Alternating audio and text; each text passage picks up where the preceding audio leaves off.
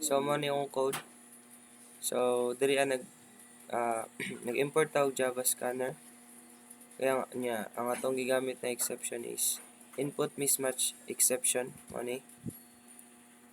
And then since nagamit ta og scanner for input, no, for user input, so ang atong gi-code is to multiply two numbers. First print ta diri og enter first number, and then nag-create ta og scanner niya na variable.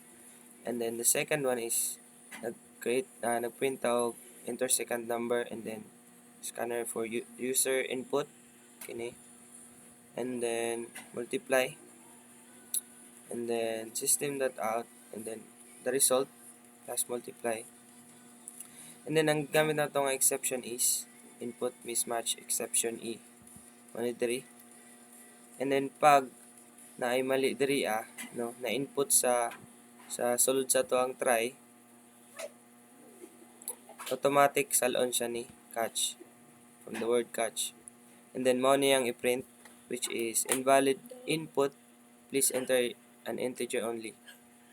So kung wala may problem diri sa try, susulod sa try, so dili automatic na mag-close ang system. Salon siya ni finally close dayon. Then mo lang to. Try na to.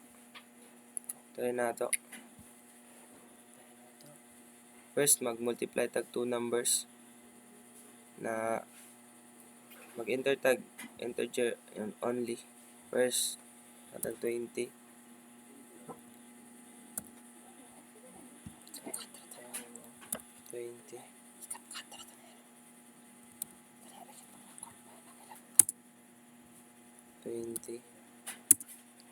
So result is 400 dara. So good siya. What if mag-error ang nasa try na code? Try ra na to balik, mag-enter ta og letter.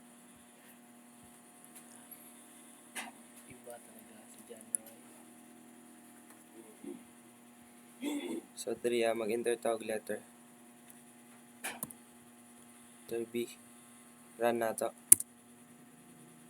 So makita ninyo, invalid input, please enter an integer only. So ninggana si input mismatch.